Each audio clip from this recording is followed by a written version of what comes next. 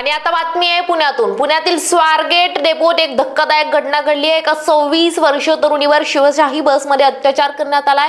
तसेच पोलीस उपायुक्त स्मर्तना पाटील यांनी या संपूर्ण घटनेची माहिती दिली आहे। पाहूयात ते काय म्हणालेत। ऍक्च्युअली ही जी मुलगी आहे ही पुण्यामध्ये कामाला आहे ती, आणि ती इथून फलटणला तिच्या गावी चाललेली होती। सकाळी 5:30 पावणे 6च्या दरम्यानची ही गोष्ट आहे। ती स्वारगेट बस स्टँडमध्ये बससाठी थांबलेली होती ती। तर त्यावेळेला आरोपी जो आहे तो तिथे गेलेला होता, तिच्याकडनं फिरताना पण दिसतोय, आणि तिच्या शेजारी बसलेला एक माणूस उठून गेलेला आहे। हे दोघांचं बोलणं चालल्यावरती आरोपी तिच्याशी बोललेला आहे, तिच्याशी गोड गोड बोलून त्यानं ओळख करून घेतली तिच्याशी, आणि तिला म्हटलं की फलटणची कुठं जाते ताई असं तिला विचारलं।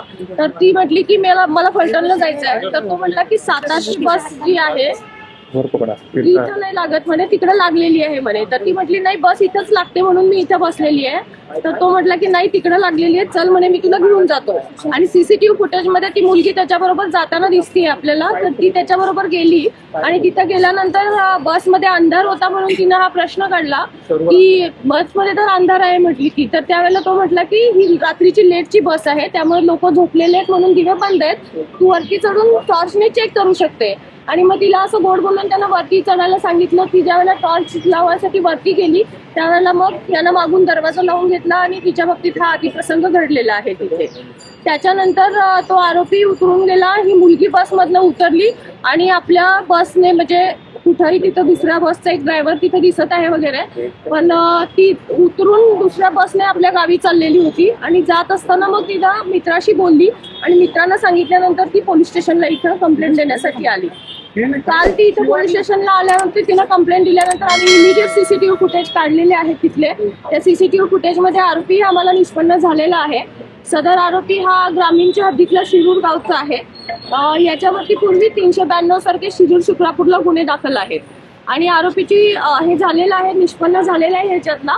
या आरोपीला शोधायला कालपासून जवळपास आमच्या 8 टीम काम करत आहेत। क्राईमच्या टीम आहेत, ड्रोनच्या टीम आहेत, आणि जवळपासच्या भागामध्ये सगळीकडे त्याचा शोध घेतला जातोय। डॉग स्पॉट पण रात्री नेलेला होता, तिथल्या शेतांमध्ये वगैरे कुठं लपून बसलं असेल तर त्या दृष्टीने आमचा सर्च सगळा कालपासूनच चालू आहे। बोलणं झालंय का ज्यांच्या प्रॉपर्टीत ही घटना घडली आहे त्या लोकांना एसटीच्या कुणालाच काही माहिती नाही असं काही घडलंय त्यांच्याकडे? नाही, असं माहित नसायचा प्रश्न नाहीये तिथं, परंतु आमच्याकडे कंप्लेंट आल्यानंतर आम्ही त्याच्यावरती कारवाई चालू केलेली आहे।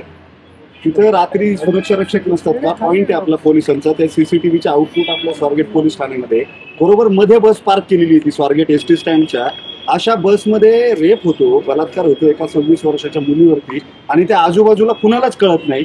तुम्हाला वाटत नाही का की सिस्टीम मधले काही लॅप्सेस आहेत ज्याचे हे परिणाम आहेत? नेमका दोष कोणाचा आहे, चूक कोणाची आहे? एसटी आगारात बस लावून ती लॉक न करणाऱ्या चालक वाहकाची ती बस लॉक होऊ शकत नाही, म्हणून एसटी प्रशासनाची की तिथं सीसीटीव्हीज आहेत शांततेत बाहेर पडली, कुणाला काही सांगितलं नाही, आरोपी निघून जाताना दिसतोय शांत। एक्झॅक्टली, सीसीटीव्ही फुटेजमध्ये आरोपी खाली उतरले की लगेच 2 मिनिटात मुलगी हे झालेली आहे, खाली उतरलेली आहे, आणि नंतर ती निघून गेलेली आहे। बसमध्ये बसून ती गेलेली होती, निंब्या रस्त्यात गेल्यानंतर तिने तिच्या मित्राला फोन केला, आणि त्याच्यानंतर मग ती परत त्यांना सांगितलं की नाही, तू याच्यात कंप्लेंट कर। यानंतर मुलगी जवळपास 9च्या दरम्यान पोलीस स्टेशनला आलेली आहे या सगळ्या गोष्टीची माहिती द्यायला। शॉक मध्ये होती का हे सगळं झाल्यामुळं? तिला काय करावं कदाचित आपण तसं म्हणू शकतो, त्याच्यामध्ये तिला सुचलं नसेल आणि त्यामुळे ती उशीर आली असेल, परंतु ती आल्यानंतर आपण इमिजिएट तपासाची चक्र सगळी फिरवलेली आहे। त्याचा 392 सारखे गुन्हे आहेत त्याच्यावरती, शिक्रापूर शिरूर या भागामधले त्याच्यावरती गुन्हे आहेत। पोलीस चेक करू शकत नाही बसमध्ये काय होतंय। मी बस 8 मध्ये होती, त्यामुळे सेक्युरिटीचा प्रश्न तिथल्याही येतो, त्याच्यामध्ये सेक्युरिटीचं काय आहे त्याच्याबरोबर।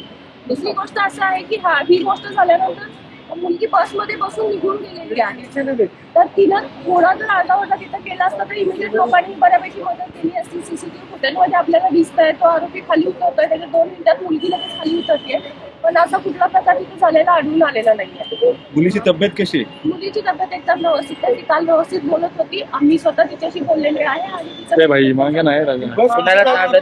याचा ढिसाळपणा नेमका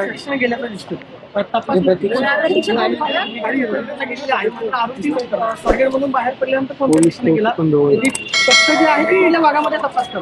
आता पट्ट्या जी आहेत ती डिटेल तुम्हाला देऊ शकत नाही, कारण त्याच्यामध्ये असं आहे की आरोपी जर सांगत ऑलरेडी आम्ही त्याला कालपासून शोधतो, आमच्या ताब्यात आलेला नाहीये, त्यामुळे तपासाची पूर्ण डिटेल्स आपल्याला